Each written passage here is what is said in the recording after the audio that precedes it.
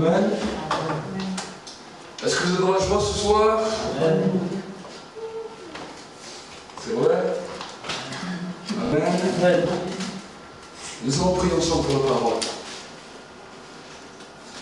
Seigneur mon Dieu, mon roi, maintenant, je scelle ce temps de ta parole. Seigneur mon Dieu, mon roi, que tout esprit soit rendu captif maintenant à l'obéissance de ta parole. Seigneur mon Dieu, mon roi, quand toi tu parles, Seigneur mon Dieu, mon roi, l'atmosphère de la terre est en silence. Parce que Seigneur mon Dieu, mon roi, tu as dit dans ta parole, la révélation tout entière soupire, la création tout entière soupire à la révélation du Fils des hommes. Et Seigneur mon Dieu, mon roi, je te bénis parce que maintenant, c'est ta parole, ta révélation qui va venir à chaque cœur. C'est toi qui vas commencer à renouveler, à fortifier chaque frère, chaque sœur dans ce lieu. Nous te bénissons, ton nom de grâce. Au nom de Jésus, Amen. Acclamez pour le Seigneur. Amen. Je vous inviterai à ouvrir votre Bible dans le livre de Matthieu. Matthieu 22. Et nous allons le lire à partir du verset 1er. Ce que la Bible nous dit.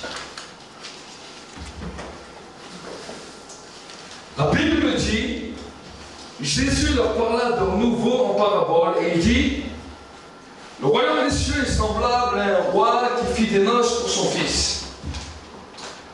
Il envoya ses serviteurs pour appeler ceux qui étaient invités aux noces, mais ils ne voulurent pas venir.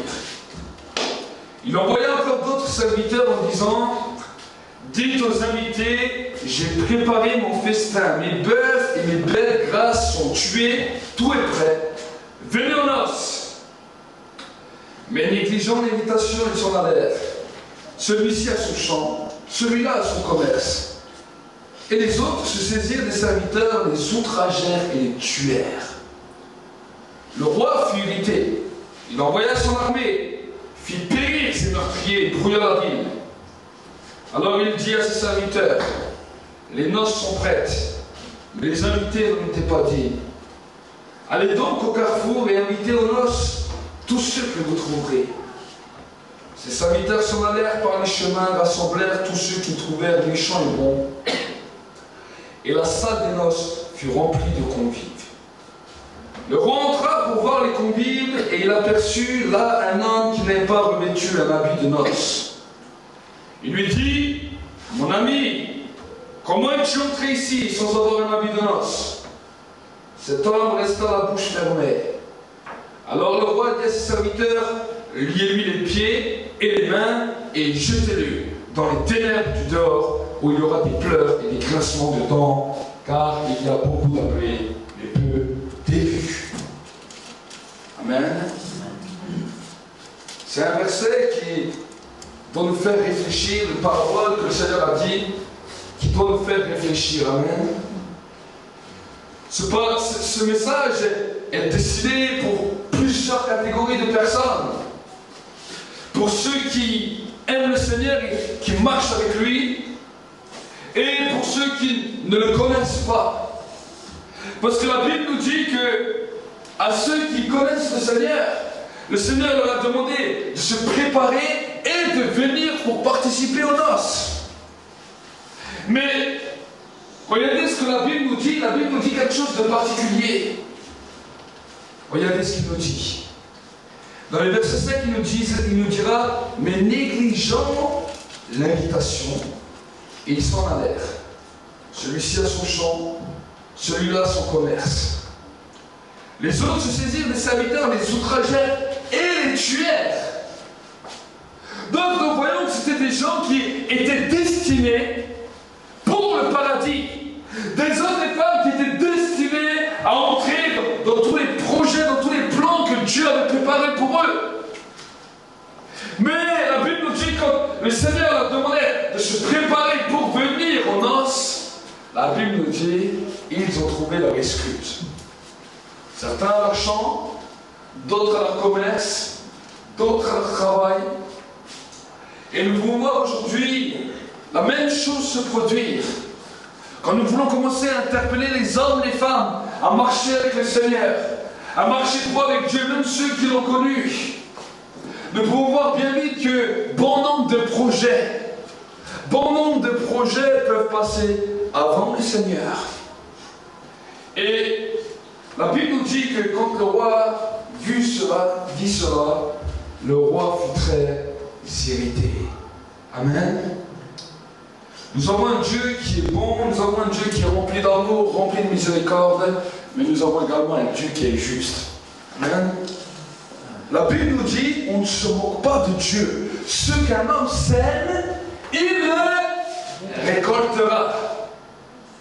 Si nous semons seulement pour cette vie, nous récolterons du vide. Parce que la Bible nous dit que la figure de ce monde et tout ce qui est dans ce monde passera. Mais que cette chose demeurera éternellement, c'est la parole de Dieu. Amen. Et nous pouvons voir autour de nous des hommes, des femmes qui s'aiment pour cette vie. Des hommes, des femmes peut-être qui ont travaillé toute leur vie. Arrivés à la retraite, ils n'en ont même pas pu en bénéficier parce qu'ils ont disparu tout comme leur travail. Regardez ce que le Seigneur alors dira à ce moment-là. Alors il dit à ses serviteurs, les noces sont prêtes, mais les invités n'en étaient pas dignes. Alors donc au carrefour, invitez aux noces tout ce que vous trouvez, bon, méchant, tout le monde. Et la Bible nous dit, la salle des noces fut remplie de convives. Le roi entra pour voir les convives et il aperçut là un homme qui n'avait pas revêtu un habit de noces. Souvent, peut-être nous pourrons lire ce verset et nous pourrons nous poser la question, mais qu'est-ce que cela veut dire revêtir un habit de noces? Vous savez, l'habit de noces est l'habit qu'on revêt quand on commence à marcher avec le Seigneur par le chemin de la repentance. Celui qui renonce à ses péchés, qui demande pardon à Dieu et qui n'entre plus dans ses péchés, alors à ce moment-là, il revêt un habit de noces. Amen. C'est le péché qui nous rend sales devant Dieu. Et le Seigneur veut nous interpeller. Pourquoi? Parce que le salaire du péché, la Bible nous dit, c'est la mort. Mais le don de Dieu, manifesté par Jésus-Christ, c'est la vie et la vie en abondance. Amen. Je ne veux pas mettre ma main devant la bouche quand je parle de cela.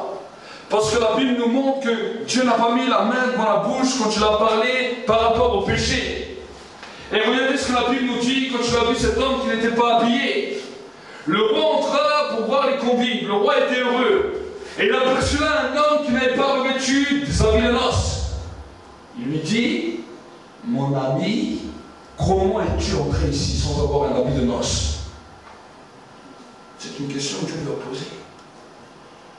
Il lui dit, mon ami, ce n'est pas parce que le roi appelle cet homme son ami, que ce que cet homme a fait, ça lui plaît. Est-ce que vous saisissez? Souvent, on peut dire, ah, mais Dieu est mon ami. Alors, parce que tu crois que c'est ton ami, tu fais ce que tu veux. Jésus a appelé Judas mon ami.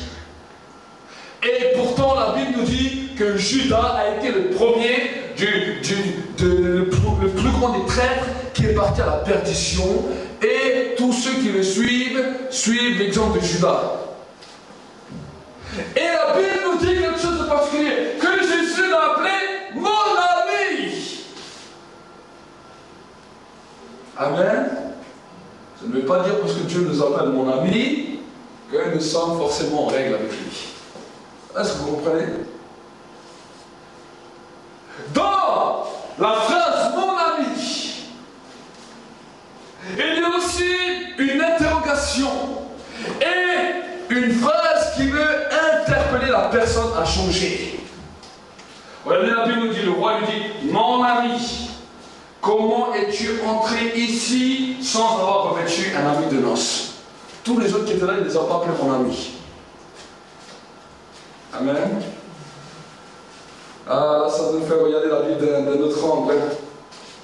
On a entendu souvent, oui, Dieu a appelé Abraham mon ami. Dieu a appelé ton homme mon ami. Mais nous avons vu que Dieu a appelé aussi des gens qui n'étaient pas en règle avec lui, mon ami, pour pouvoir les interpeller. Amen. L'interpellation de Dieu, mes amis, doit nous faire réfléchir. Et la question qu'il lui a posée, il lui a dit, pourquoi es-tu entré ici sans avoir revêtu un habit de noces? Et la Bible nous dit que cette personne resta bouche bée. Regardez, cet homme resta la bouche fermée. Pourquoi? Parce que là, devant Dieu, il s'est dit, maintenant j'ai plus d'excuses. J'avais toute la vie sur terre pour pouvoir mettre ma vie en règle. J'avais toute la vie sur terre pour pouvoir me séparer du péché. J'avais toute la vie sur terre pour pouvoir marcher droit avec Dieu. Moi, je ne l'ai pas fait. J'ai voulu écouter ce que mes oreilles me disaient. J'ai préféré écouter ce que mon cœur me disait. Ah, on me disait, Dieu est bon. Alors, Dieu était mon bon. Maintenant, je suis devant Dieu, je n'ai plus aucune parole pour parler. Et la Bible nous dit, regardez ce que le roi dira. Alors le roi dit à ses serviteurs, liez-lui les pieds et les mains, et jetez-les dans les ténèbres du dehors, où il y aura des pleurs et des grincements dedans. Car il y a beaucoup d'appelés, mais peu d'élus. La question ce soir que nous devons nous poser, est-ce que je fais partie seulement des appelés, ou est-ce que je suis devenu un élu? Amen. Le monde entier est appelé. Parce que Jésus est mort pour la figure du monde entier.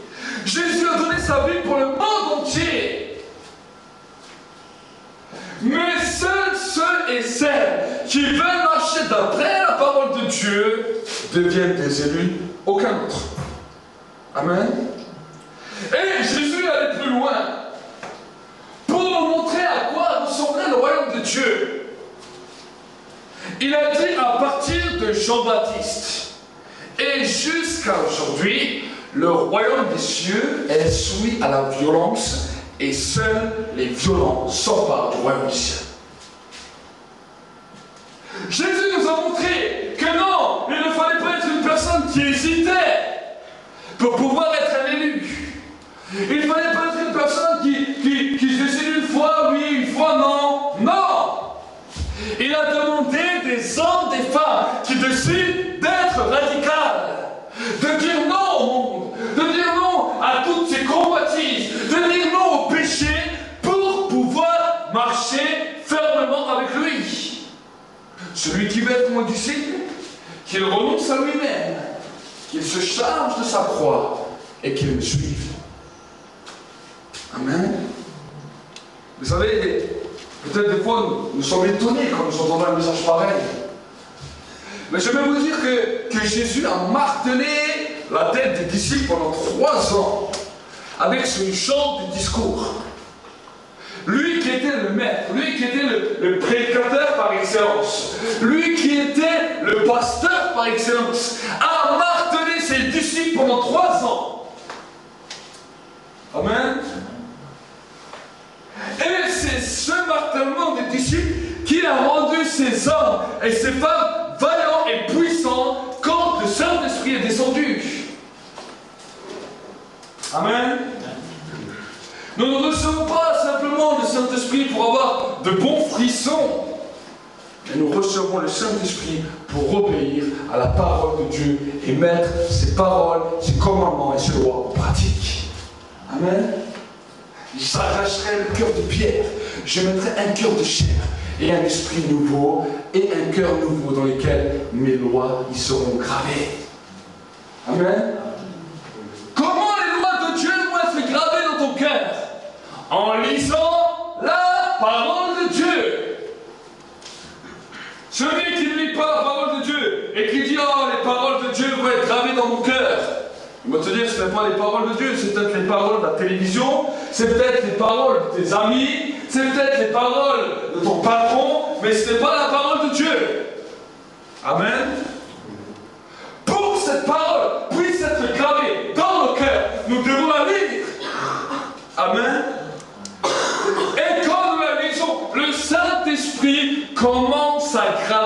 cette parole. Ensuite, qu'elle est gravée dans le cœur, c'est bien. Mais quand Dieu avait gravé sa loi sur les tables, Moïse était descendu avec ses lois et ses tables. Et il les a montrées, il les a dites au peuple. Et maintenant il a dit au peuple, si tu mets ces lois, ces paroles en pratique, tu vivras par elles. Si tu refuses de mettre ces paroles en pratique, tu mourras. J'aimerais vous dire, mes amis, que le message aujourd'hui n'a pas changé. Celui qui voudra vivre dans le péché, persévérer dans le péché, il ne verra pas la grâce de Dieu, mais le jugement de Dieu. Amen. Oui, le salut nous est donné gratuitement. Le salut nous est donné par grâce. Mais ce n'est pas parce que le salut nous est donné par grâce que nous pouvons faire tout ce que nous voulons faire. L'apôtre Paul a repris plusieurs fois les églises. Parce que les églises croyaient qu'à cause de la grâce, ils pouvaient vivre comme bon leur semblait. Celui qui veut vivre dans le péché mourra dans son péché. Est-ce que vous saisissez? Celui qui va avoir la vie, alors il se détourne du péché. Parce que la Bible nous dit, le commencement de la sagesse, c'est la crainte de l'Éternel. Qu'est-ce que c'est la crainte de l'Éternel? C'est se détourner du mal. Tant que tu ne te détends pas du mal, il n'y a aucune crainte de Dieu. Amen. Souvent les gens disent, oh mais j'aime Dieu. Je suis sage aux yeux de Dieu. Mais Dieu me comprend. La Bible nous dit le commencement de la sagesse, c'est la crainte de Dieu. Amen. Le pasteur Jacques a dit dans la Bible, celui qui manque de la sagesse, qu'il la demande à Dieu, mais qu'il la demande avec foi.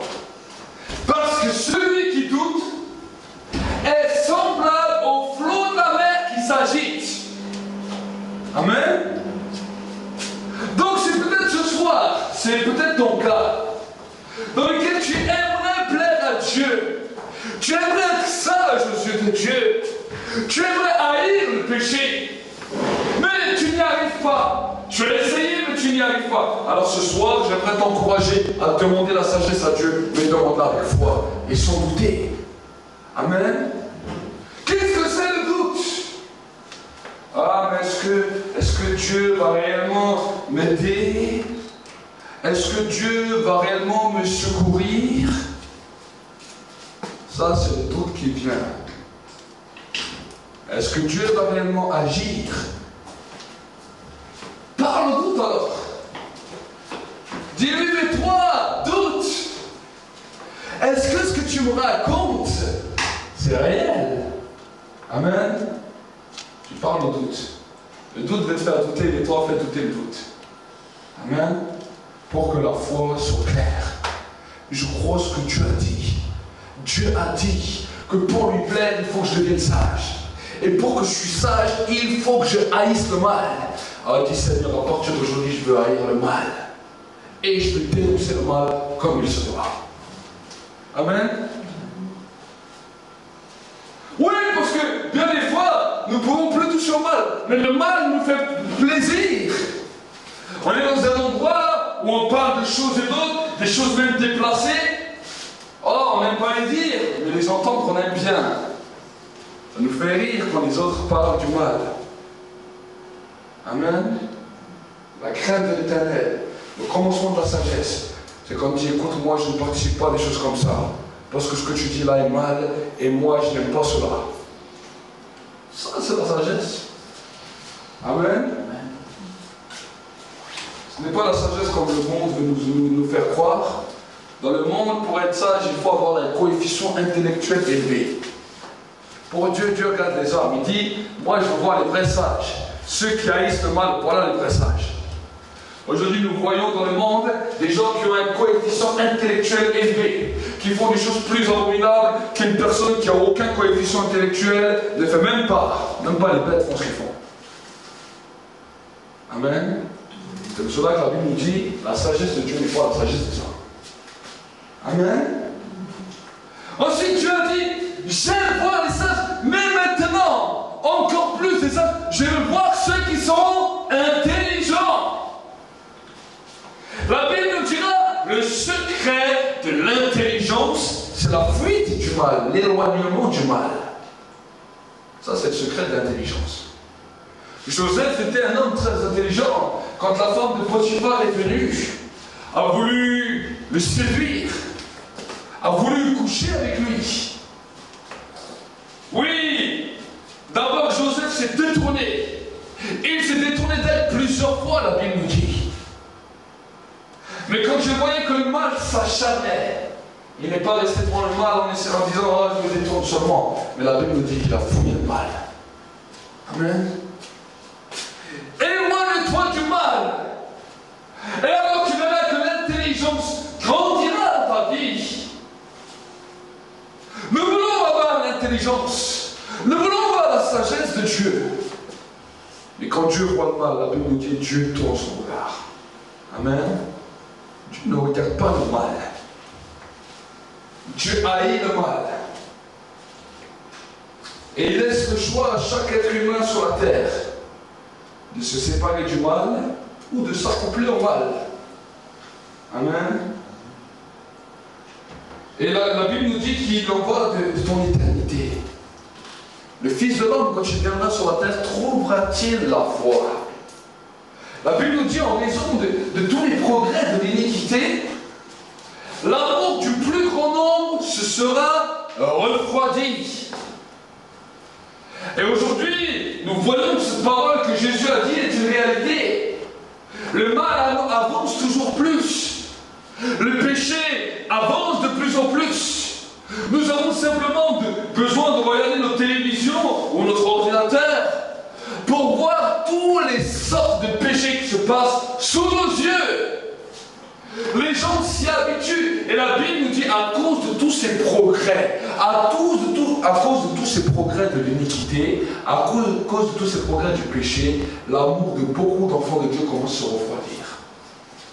On peut leur parler de beaucoup de choses. Quand on leur parle du péché, ils disent, ah non, mais lui, il est encore dans l'ancien temps, lui, il a encore une vieille mentalité, ça maintenant, il faut se révolu. L'évangile ne change pas. Le Dieu que nous prêchons ne change pas. Il a dit, je suis le même hier, je suis le même aujourd'hui, je suis le même éternellement. Amen. Il est le même Dieu qui un jour, quand tu seras devant lui, il te posera une question. Comment as-tu trouvé le péché sur la terre? Oh, pas mal, hein? Le péché, il était pas mal. Les hommes, ils ont bien fait. Dieu va dire, ok. Les hommes ont bien fait. Mais toi, qui avait la connaissance? Qui avait l'intelligence? Qui avait la sagesse? Qu'as-tu fait? Oh Seigneur, tu sais, hein, l'esprit est bien disposé, mais la chair est faible. Hein.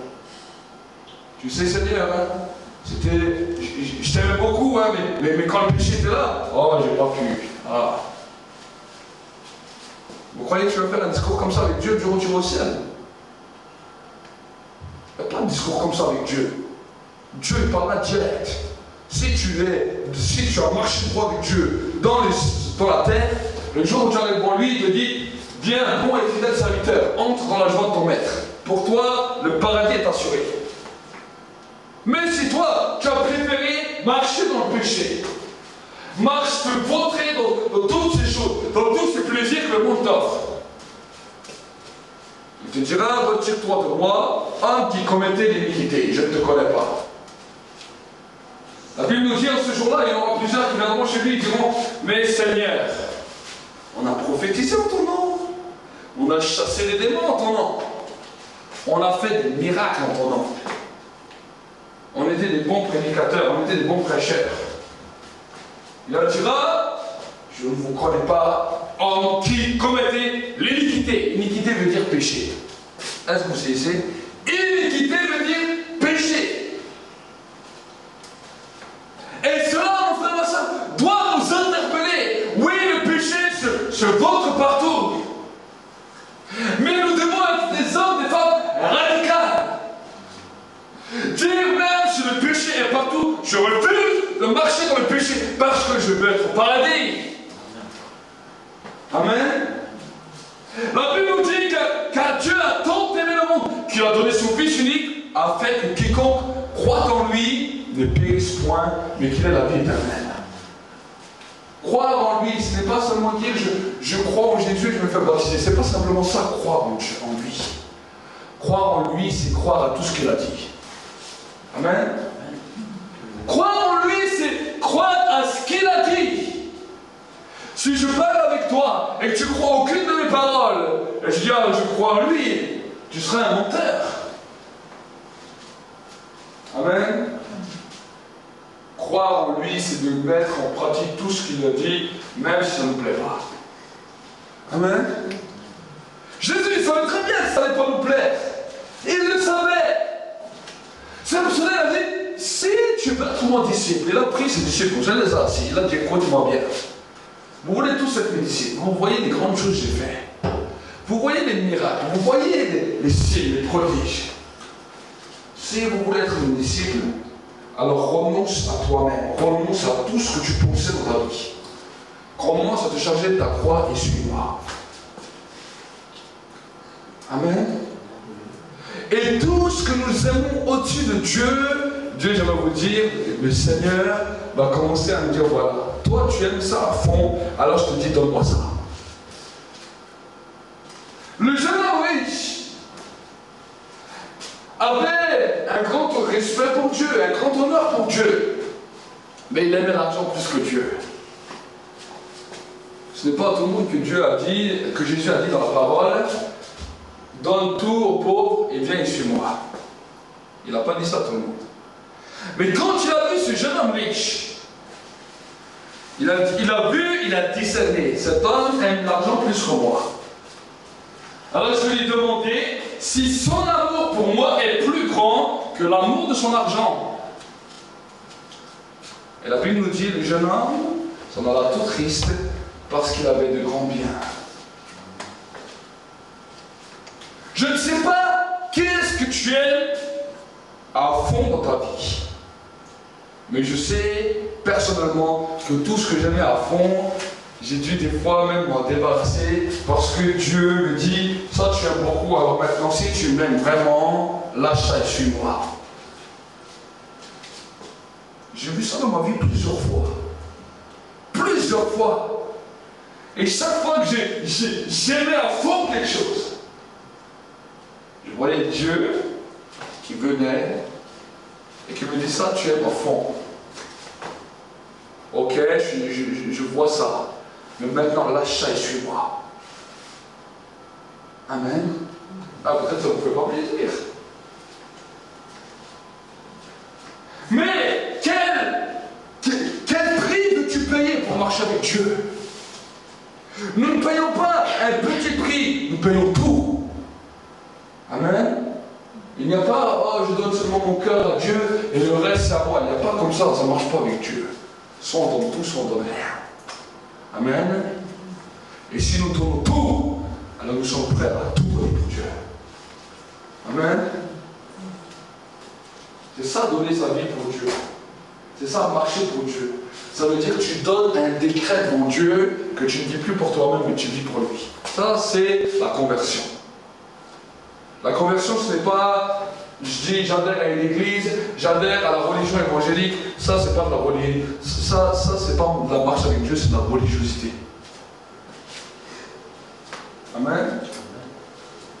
La marche avec Dieu, que tu sois nouveau converti ou pas nouveau converti, ça ne change pas. Si tu veux marcher avec Dieu, alors tu donnes ta vie à Dieu, tu marches avec Dieu et tu te détaches du péché.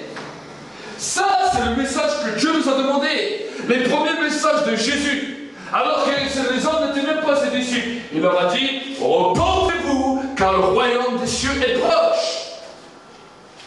Le premier message des disciples est, repentez-vous, car le royaume des cieux est proche. Le jour de la Pentecôte, alors que les 3000 personnes sont venues dans la chambre haute, qu'ils ont vu la manifestation de la gloire de Dieu, qu'ils ont commencé à voir la gloire de Dieu, ils ont dit aux disciples, mes frères, qu'est-ce qu'on doit faire maintenant?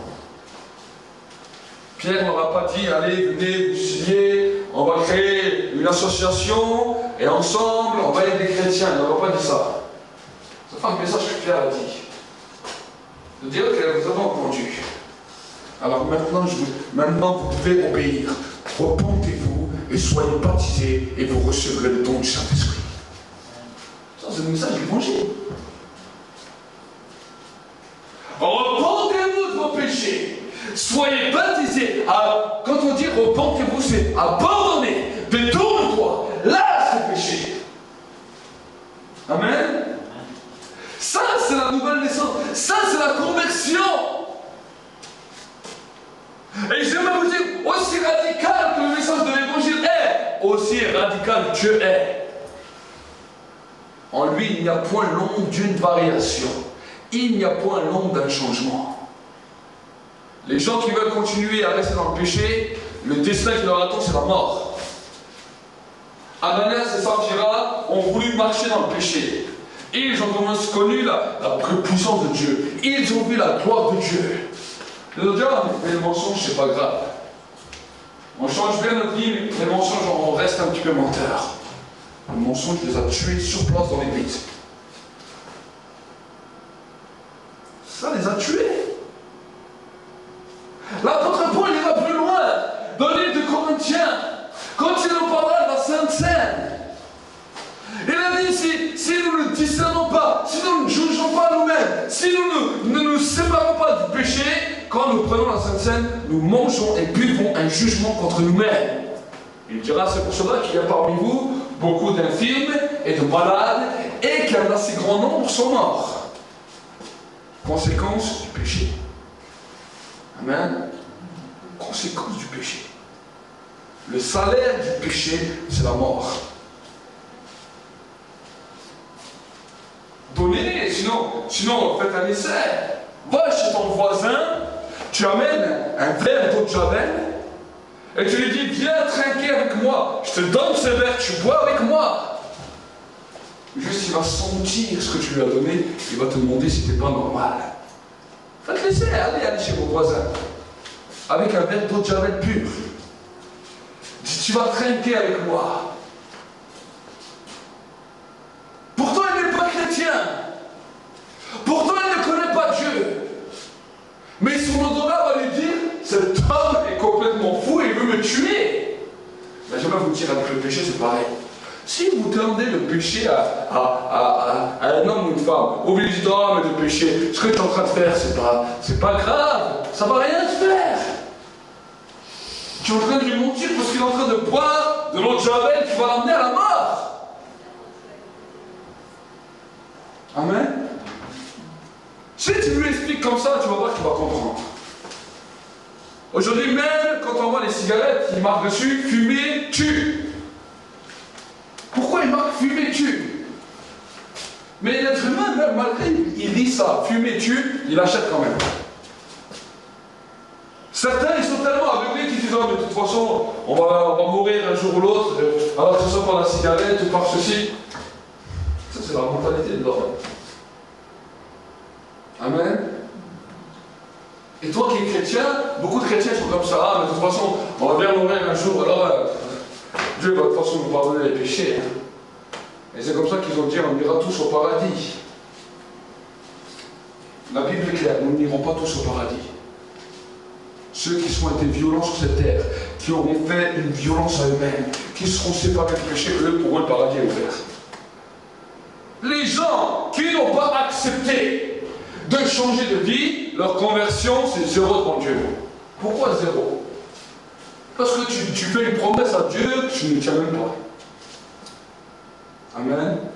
Ça, c'est une réalité. C'est une réalité de l'Évangile. Et un jour, nous verrons tous cette réalité au ciel. Amen. Je ne suis pas là pour vous mentir. Je ne suis même pas là pour vous dire des paroles que vous allez entendre. Ce n'est pas mon but, ce n'est pas mon objectif. Si Dieu m'a demandé d'être un serviteur de Dieu, c'est pour dire ce que lui veut que je dise. Le reste, je ne dis pas. Je pourrais vous raconter des histoires, vous raconter des blagues, vous faire rigoler. Vous allez ressortir, vous n'allez pas être changé. Ça, vous savez pas quoi. J'arriverai un jour devant Dieu, Dieu dit, je t'ai demandé d'être serviteur de Dieu. de communiquer la parole. Toi, tu les as fait rigoler. Toi, tu leur as fait parler d'autres choses. Mais ils sont tous en enfer à cause de toi. Ça doit nous faire réfléchir. Je ne suis pas là pour caresser la tête des gens. Ça, vous pouvez le faire chez vous à la maison. D'accord? Ici à l'église, nous sommes là pour entendre ce que Dieu dit. Dieu dit, l'âme qui pêche, c'est celle qui mourra. Le message, il est direct, il est clair. Celui qui dit, je me suis Jésus, mais qui reste dans son péché, je suis désolé pour Dieu, c'est un menteur. Nous ne pourrons pas dire, j'aime Dieu et je reste dans mon péché. C'est pas possible. Aimer Dieu coûte quelque chose. Amen. Et aimer Dieu coûte le renoncement. Aimer Dieu, c'est dire, voilà, j'aime Dieu plus que mon passion, plus que mon addiction, plus que toutes les choses qui s'offrent à moi. Et j'aimerais vous dire, c'est à ce moment-là que le diable va commencer à nous tenter. Oui, le diable nous tente, il a tenté même Jésus. Il nous tente même nous. Vous dire qu'on n'a jamais de tentation, ça serait de vous mentir. Mais quand la tentation est là, il y a une réflexion. Dire, voilà, j'aime Dieu. Une passion vient, une tentation vient, qui a l'air d'être forte. Est-ce que mon Dieu a dit que cette passion est bonne pour moi? S'il a dit qu'elle n'est pas bonne, alors détourne-toi de cette tentation. Amen. Amen. C'est pas parce que tu passes devant une boulangerie que tu sens un bon petit pain, que tu as envie d'un petit pain, que c'est un péché. C'est pas ça que j'ai dit. C'est vrai que si tu en manges 10, ça devient péché. Amen. Si tu en manges un, c'est pas péché. Et si tu en manges 10, alors à ce moment-là, il faut se poser une question. Amen. Ça devient acceptable. Est-ce que vous me comprenez? Est-ce que vous me suivez? Est-ce que vous le suivez? Si ce soir c'est la dernière fois que tu es sur terre et que tu t'es jamais détourné du péché, si tu quittes cette terre, c'est trop tard. Il faudrait vivre chaque jour comme si c'était le dernier. J'aime faire des fois des analyses comme ça sur ma vie. Dire Seigneur, aujourd'hui il faut que j'analyse ma vie. Et je vous encourage à chaque jour à analyser vos vies. Je dis Seigneur, je veux faire un bilan de ma vie. Vous faites des bilans de santé, non? Bilan de santé, bilan du travail, bilan de ton salaire, bilan de beaucoup de choses. Comment j'ai géré mon argent ce mois-ci? Comment j'ai géré mon gasoil ce mois-ci, mon essence? Comment j'ai géré mes relations avec mes voisins? Et pourquoi nous ne nous disons pas comment est-ce que j'ai géré ma vie avec Dieu, ma communion avec Dieu aujourd'hui? Aujourd'hui, comment j'ai géré ma vie avec Dieu? Aujourd'hui, comment j'ai été face à mes engagements? Amen. La conversion est un engagement, mon frère, mon soeur. C'est un engagement. Amen. Ça, c'est le premier des engagements de la vie chrétienne. Le serviteur de Dieu est un engagement comme en plus. Qu'on est fatigué, qu'on n'est pas fatigué, qu'on est bien, qu'on n'est pas bien, on a décidé de servir Dieu, Dieu nous a appelés, donc on est obligé. Amen. Mais ça, c'est mon engagement avec Dieu. Mais la conversion est également un engagement avec Dieu. Tu as décidé de marcher avec Dieu. Amen. Tu as décidé de te détourner du péché. Ça, c'est la conversion. Je décide de me détourner du péché vers Dieu. De la puissance de Satan à la puissance de Dieu. Du royaume des ténèbres au royaume de lumière. J'en avais assez de marcher dans mon ombre, de marcher dans les ténèbres. J'ai décidé de me tourner vers la lumière. Alors tout ce qui est des ténèbres, tu lâches. Amen. Ce soir, tout ce qui était des ténèbres, mon désir c'est que tu lâches ce soir. Que tu rentres dans ta maison en étant une nouvelle personne. Amen. Une nouvelle nature. Une nouvelle création. Et que tu peux dire un jour devant Dieu, Seigneur, Merci pour la sagesse que tu m'as donnée, parce que maintenant je haïs vraiment le mal. Amen. Ça, c'est la sagesse. Nous voulons savoir si nous sommes sages. Alors regardons le mal et voyons si nous l'aimons ou si nous détestons le mal. Tant qu'on a de l'attirance vers le mal, on dit Seigneur, je suis encore fou. Je suis encore fou. J'ai besoin de la sagesse pour haïr le mal. Amen. Nous devons avoir un message qui, quand les gens entendent, voient que c'est un message différent. Vous savez, des fois, le mal, quand Jésus le voyait, il avait horreur du mal. Et j'aimerais vous dire que dès que les gens arrivaient devant Jésus, même s'ils aimaient le mal, la Bible nous dit leur conscience les accusait directement. Amen. Leur conscience, il n'avait même plus besoin de leur dire. Et là, ils sait tellement le mal que quand ils arrivaient dans la présence de Jésus, leur conscience les accusait. Pourquoi? Parce que le Saint-Esprit faisait un travail, parce que Jésus marchait dans la volonté du Père. Amen. Si les hommes, les femmes marchent dans cette volonté, le Saint-Esprit va directement accuser les consciences. Est-ce que vous saisissez? Il va les interpeller. Il va commencer à leur montrer que ce qu'ils font, c'est mal. C'est ça quand on dit accuser, c'est ça. Il va convaincre que ce qu'ils font est mal. Pourquoi il va leur faire ça? Pour les amener au changement. Si le Saint-Esprit convainc de péché, c'est pour amener la personne à changer. Mais le Saint-Esprit a besoin de toi et de moi qui d'abord haïssent le mal. Le problème de l'Église, c'est que des fois j'ai l'impression que l'Église n'haït plus le mal. L'Église trouve tout bien. L'Église elle-même n'est plus interpellée quand il voit le mal. Mais j'aimerais que nous puissions revenir aux vraies valeurs. Haïr le mal, c'est le commandement de la sagesse. Amen. J'aimerais voir des hommes et des femmes qui sont sages ce soir. Des hommes et des femmes qui décident d'haïr le mal. Amen. Je ne vous ai pas dit d'haïr ceux qui font le mal. Je vous ai dit d'haïr le mal. Toutes les choses qui sont mal, il faut commencer à les haïr. Et si on a un penchant pour ces choses, on dit Seigneur, je suis encore un peu fou. N'ayez pas peur de faire des prières comme ça devant Dieu. Seigneur, je suis encore un peu folle. J'aime encore bien ça. Je reconnais, je suis fou. J'ai besoin de ta sagesse. Et ce soir, je la demande avec foi. Parce que maintenant, je crois qu'à cause de ma demande, maintenant, je haïs le mal au nom de Jésus. Ça, c'est la foi. Ça, c'est la foi. Seigneur, je reconnais, j'aime la pornographie. Je vous donne un exemple. Je suis fou parce que je suis attiré par la pornographie. Mais maintenant, je veux la sagesse qui, maintenant, dans le nom de Jésus, je crois que cette pornographie, je la haïs. Ça, c'est demander avec foi. Seigneur, j'aime le mensonge. Ah, tu sais, les gens, ils me font des fois tellement peur que, au lieu de leur dire la vérité, je leur raconte un mensonge. Ah, Seigneur, j'aime le mensonge.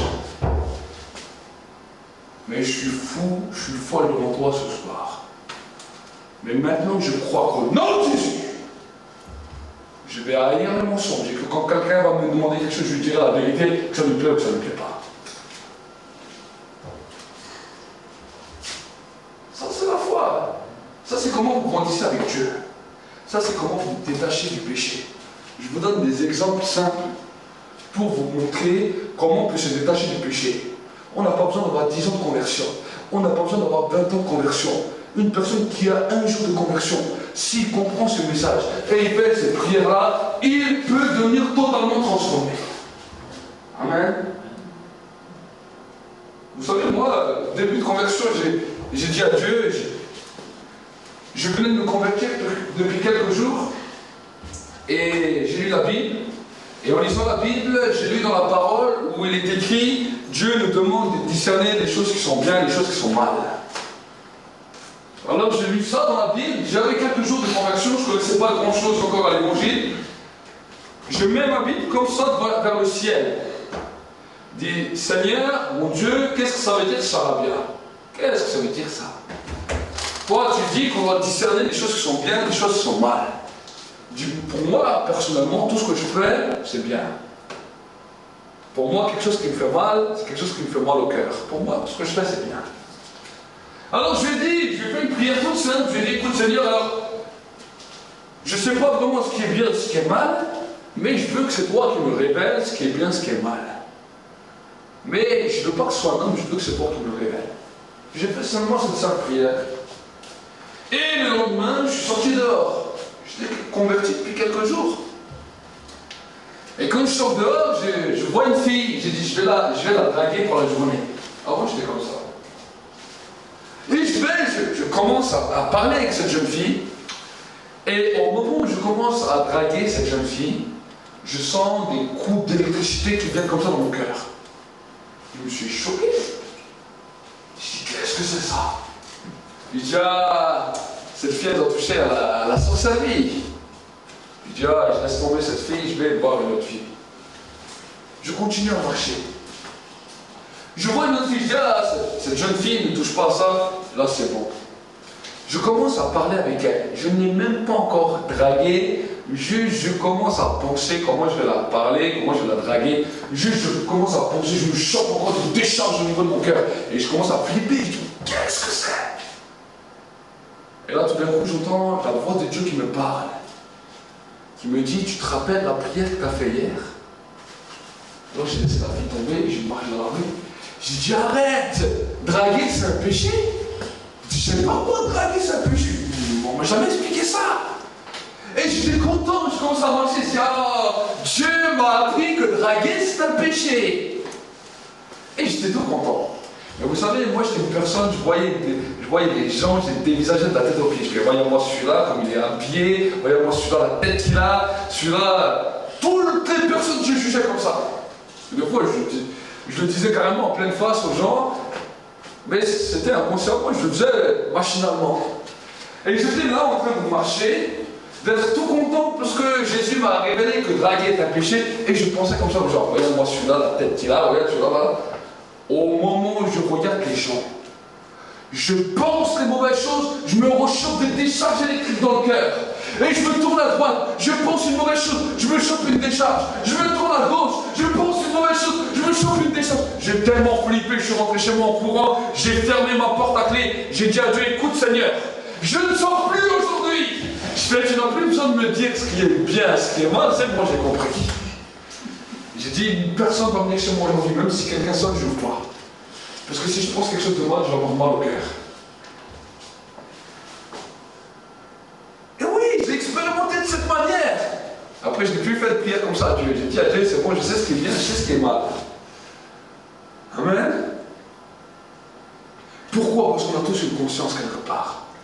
On sait tous ce qui est bien et ce qui est mal. Et si tu ne le sais pas, peut-être tu te dis, mais je ne sais pas ce qui est bien et ce qui est mal. Alors je te demande, plonge tes yeux. Plonge toute ta vie dans la parole de Dieu. Et Dieu va déjà t'apprendre ce qui est bien et ce qui est mal. Amen. Plonge toute ta vie dans la parole. Et là, mon frère, ma soeur, tu n'auras plus aucune excuse devant Dieu. Amen. Tu n'auras plus aucune excuse. Souvent, à travers le ministère, des hommes, des femmes me posent des fois des questions où je souris. Par rapport à certains péchés, mais est-ce que ce péché c'est mal? Est-ce que ce que Dieu pense de ce péché? Qu'est-ce que ceci? Qu'est-ce que cela? Écoutez, mes amis, ce que Dieu a dit par rapport au péché, il l'a dit. On ne revient pas dessus pour vous faire plaisir. Amen. Dieu a donné des règles, Dieu a donné des lois. Nous qui sommes hommes, on a beau être au 21e siècle, avec toute la technologie qu'on a, c'est pas nous qui change Dieu. C'est pas un président qui change Dieu. C'est pas une politique qui change Dieu. Amen. Sodome et Gomorrhe, ils ont été détruits à cause du péché. Sodome et Gomorrhe, oui. Ils voulaient être supérieurs à Dieu. Regardez la destruction terrible. Pas étonnant quand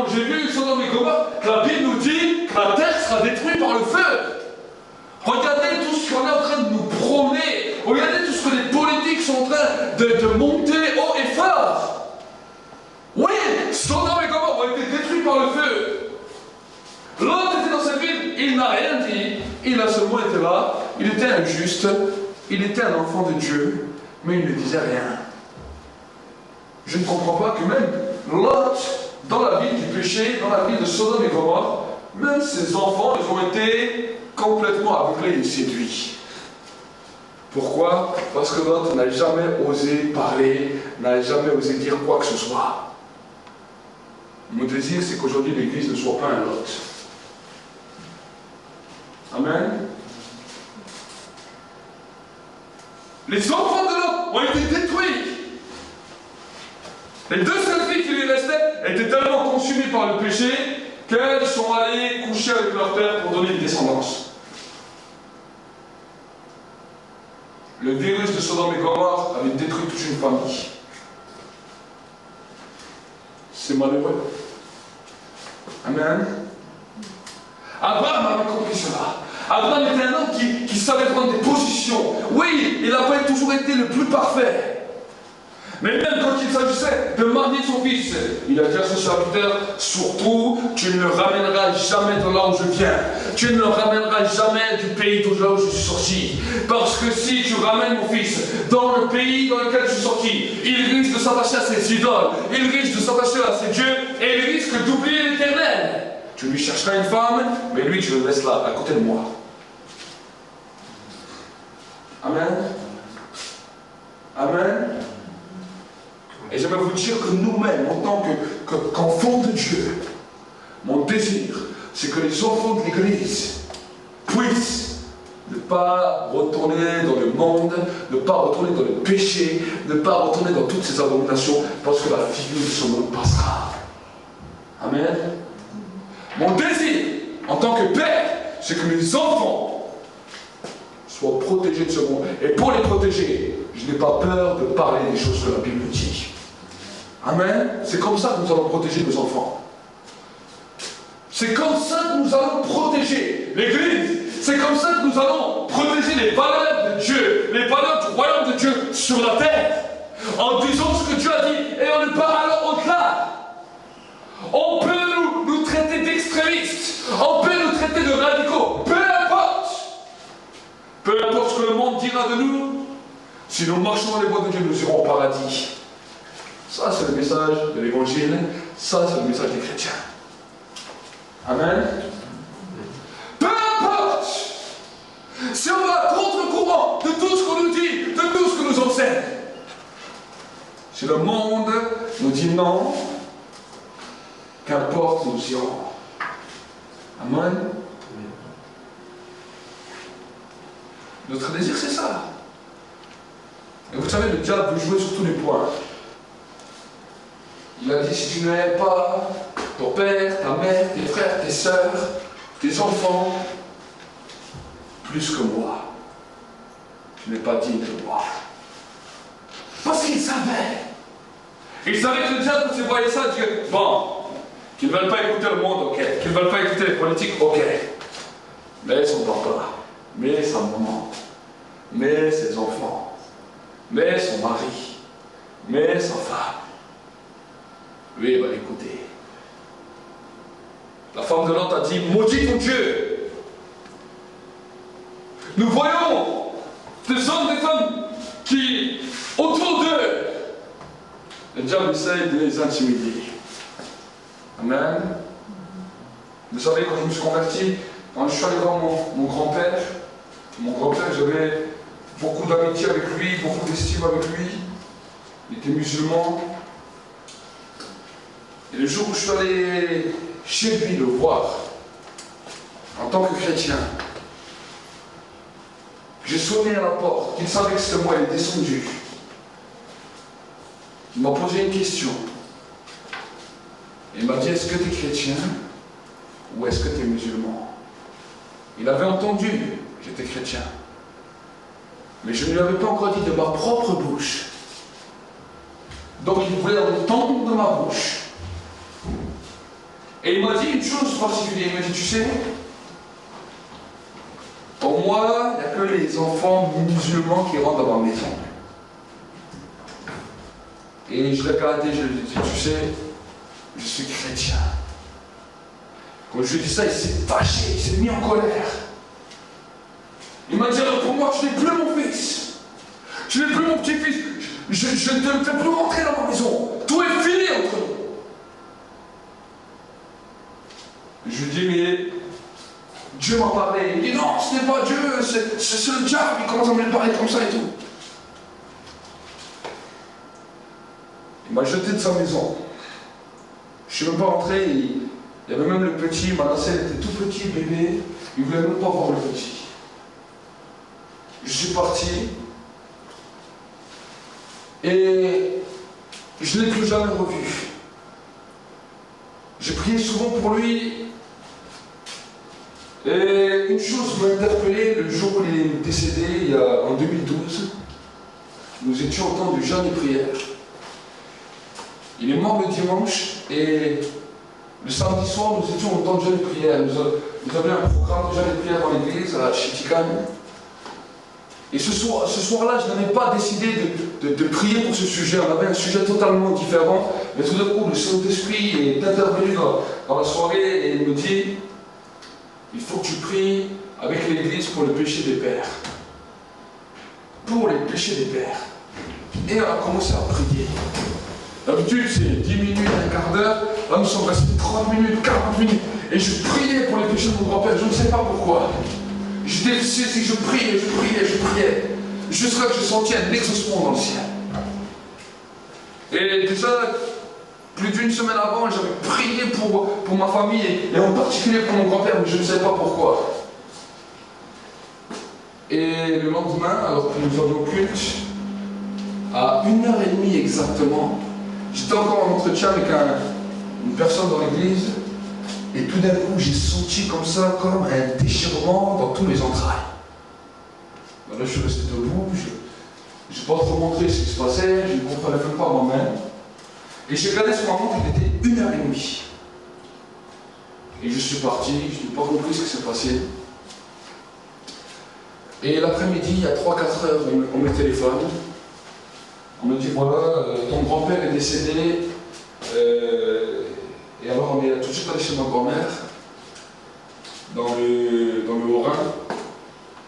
Et quand nous étions chez ma grand-mère et tout, mon grand-père était décédé en Algérie, il est décédé au bled. Et quand on a parlé avec comment ça s'est passé et tout, on m'a dit il est exactement mort à 1h30. Et une chose était étrange, c'est qu'ils ont dit une semaine avant, alors j'avais commencé déjà à prier pour lui et tout. Au moment où j'avais commencé à prier, lui en Algérie, tout d'un coup il est resté bloqué, sa bouche était bloquée, il ne pouvait même plus parler, il est devenu muet. En l'espace d'une semaine, il est devenu muet, il voyait juste, mais il ne disait plus rien, il n'arrivait plus à parler. Et avant de mourir, quelques minutes avant de mourir, il a dit une parole, sa bouche s'est déliée, et il a dit, je pardonne à mes enfants et à mes petits-enfants. Je libère le pardon, sachant que généralement, chez nous, chez les Arabes, chez les musulmans, c'est pas chose courante comme ça de libérer un pardon. Et quand il a dit ces paroles, il est parti. Et moi, à le même moment, j'ai senti cela. Et je sais une chose, c'est que vous savez, Dieu agit tantôt d'une manière, tantôt d'une autre.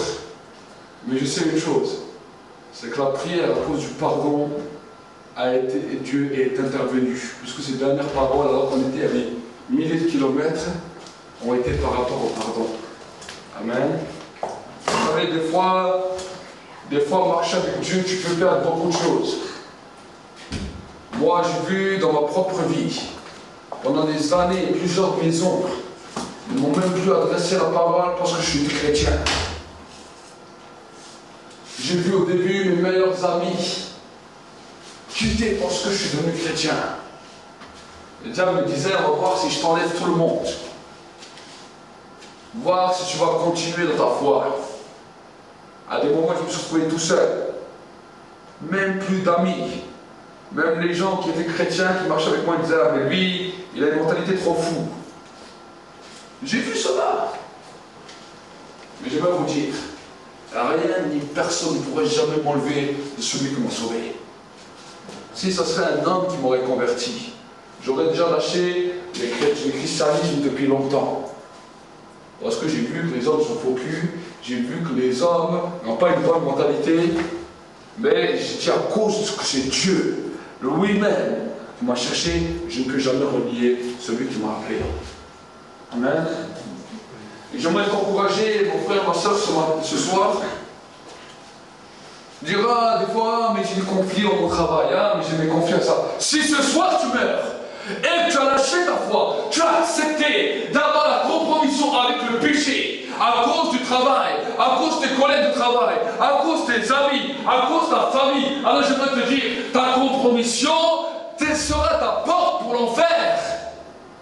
On a oublié de dire aux chrétiens qu'ils étaient pécheurs.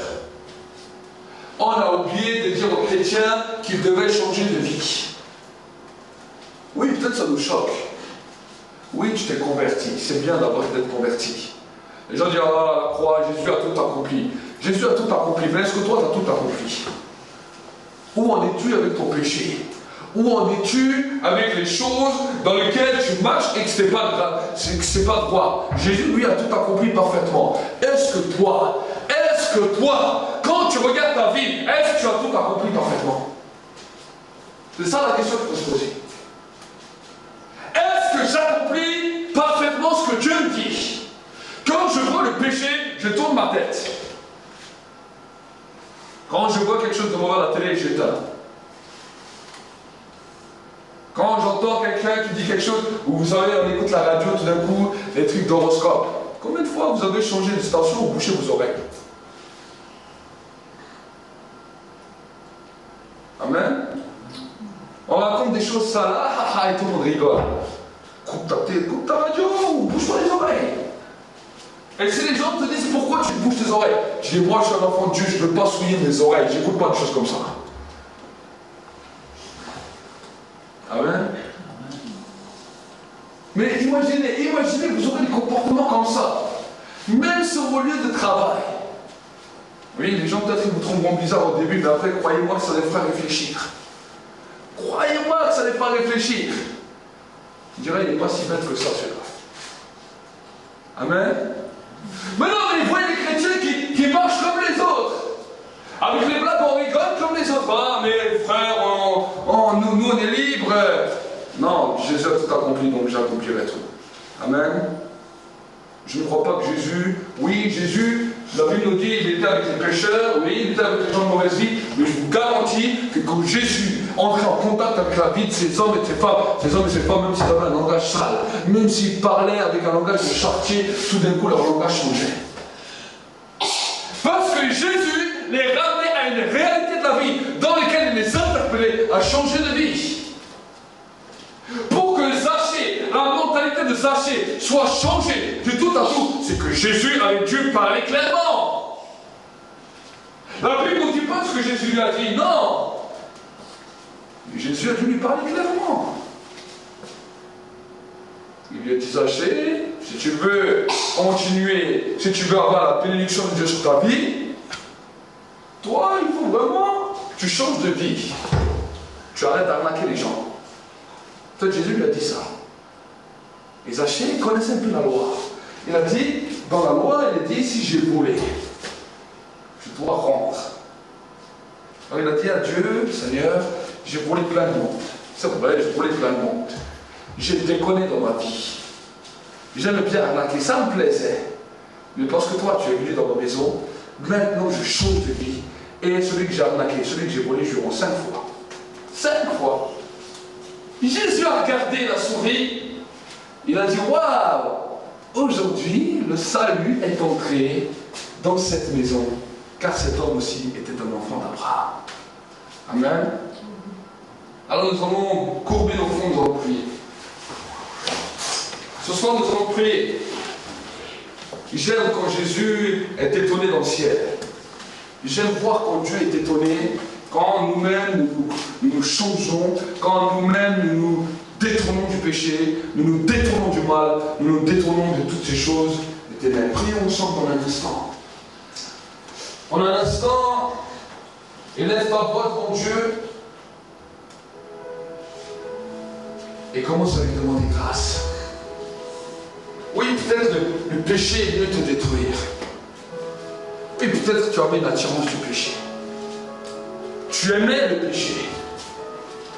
Mais aujourd'hui, Dieu te dit, si tu vas aller au ciel, détourne-toi du péché. Ça, c'est la sagesse.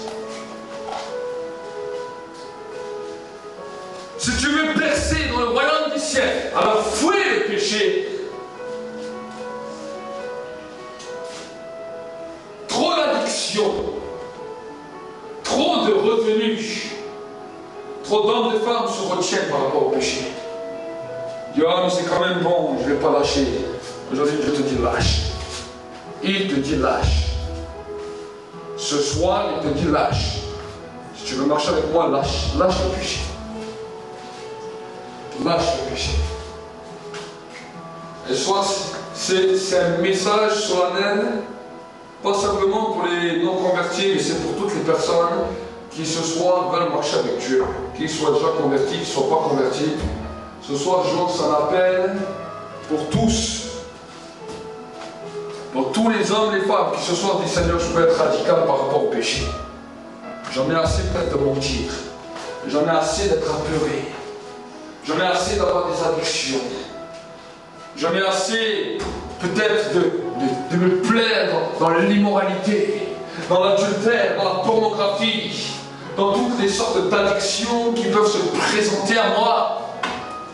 J'en ai assez. Et ce soir, je veux dire non au péché.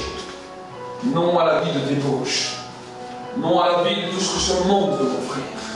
Alors si toi, tu es partie de cette personne, non à tout ce que la télévision peut t'offrir.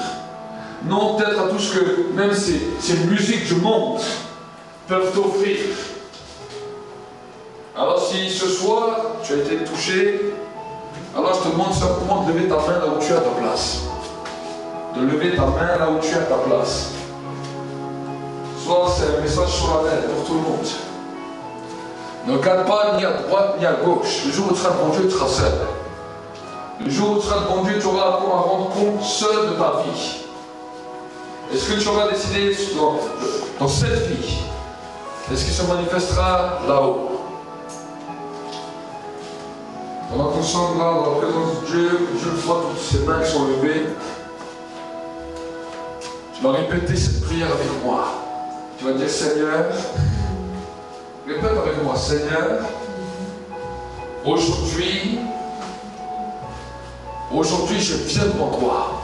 Répétez sur ma voix avec moi. Aujourd'hui, je viens devant toi. Aujourd'hui, j'en ai assez. J'en ai assez de voir ma vie se détruire. J'en ai assez d'être comme Lot dans Sodome et Gomorrhe à me taire. Aujourd'hui, je veux changer. Et je veux marcher avec toi. Seigneur, aujourd'hui, je veux ta sagesse. Et je la demande avec foi. Ce soir, je te demande maintenant que je haïsse le péché. Que j'ai de la haine pour le péché. Et que je devienne intelligent. Et que je fuis le péché. Que je fuis le péché. Que je me détourne des ténèbres à la lumière. Dans le nom de Jésus. Dans le nom de Jésus.